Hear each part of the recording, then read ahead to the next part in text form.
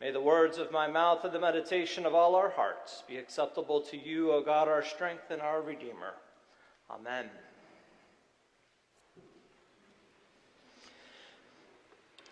In our lessons appointed for this fifth Sunday after the Epiphany, we're left with very little room to maneuver. They're pretty clear. Isaiah does not whisper and Jesus does not hedge. Both speak with clarity and urgency and with holy insistence that faith is never merely internal. It's never merely a private affair. And it is never disconnected from how we live in the world. Prophet Isaiah is addressing a people who are serious about their religion. They fast, they pray, they show up. They want to know God's ways, but yet they miss the point of it all.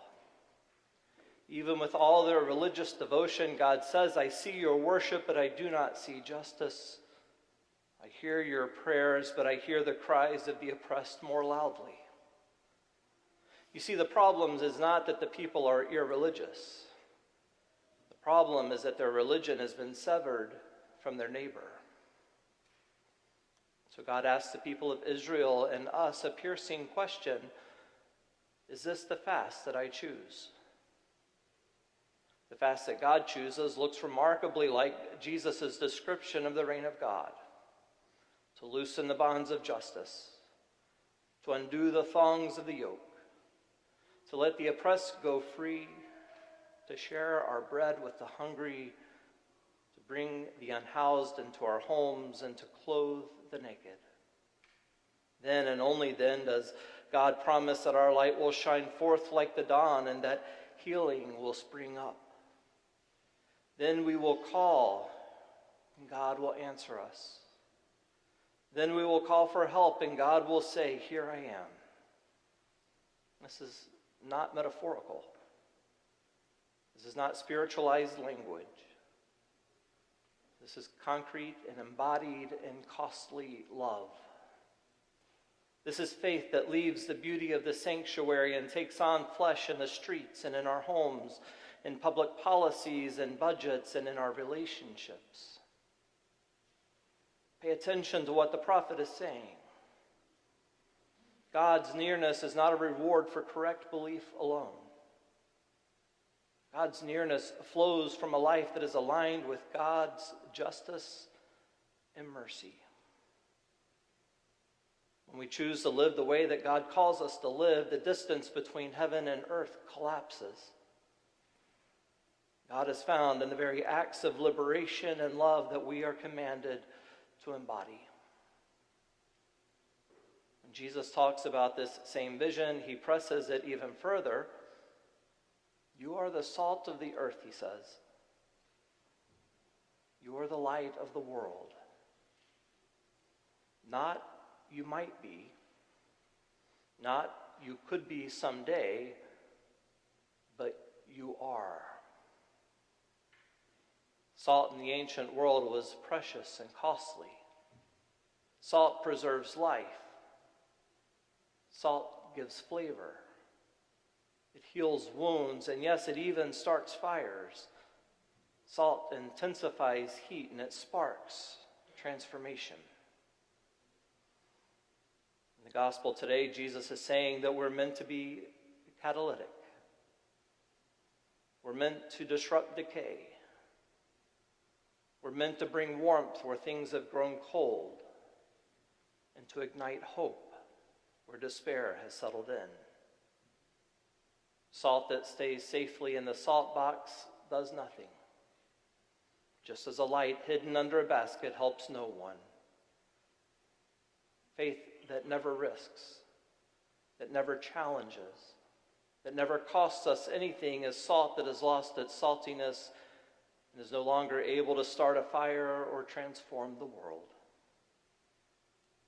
Jesus tells us to let our light shine before others so that through our good works they may give God the glory.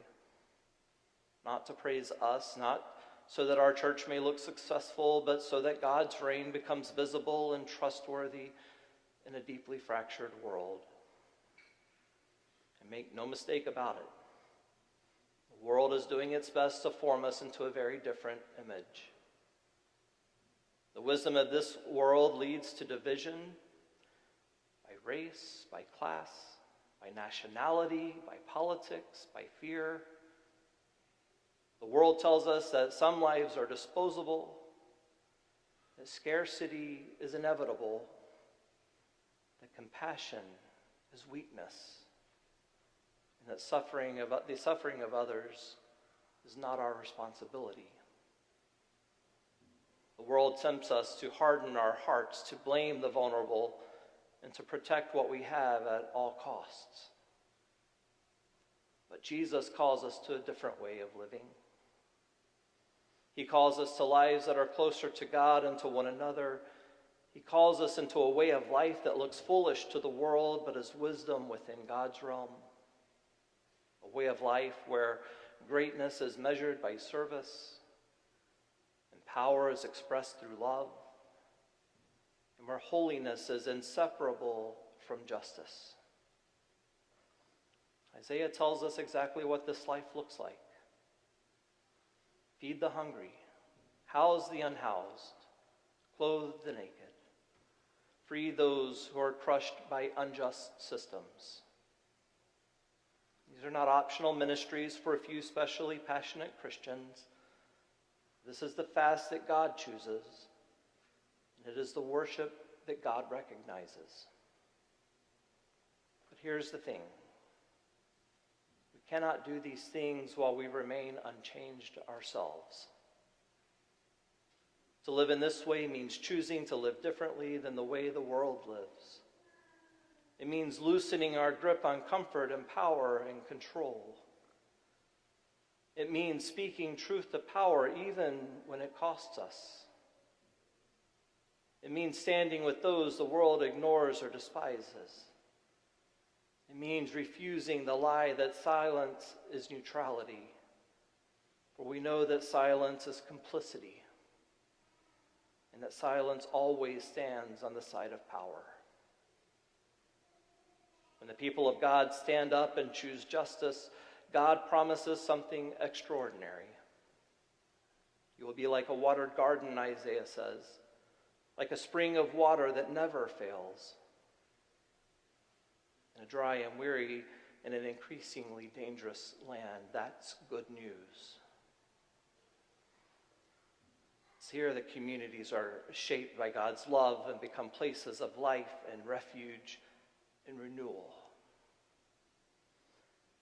And friends, this is who Grace Church is called to be. Not a church that exists only for ourselves, not a church that is content with beautiful worship disconnected from broken lives, but a church that's willing to be salt and fire, light and shelter, witness and healing. When we loosen the bonds of injustice, light breaks forth. When we share our bread, God draws near. When we refuse to hide from our neighbor's suffering, then the reign of God becomes visible right here, right now, among us. Jesus does not call us to save the world by ourselves, but he does call us to live as though God's future is already breaking in, and to align our lives with that vision. It is my prayer that we may have the courage to choose this life, that we may burn with holy fire. May our light shine not for our glory, but for the healing of the world. When we cry out, may we hear God's answer clear and unmistakable, "Here I am."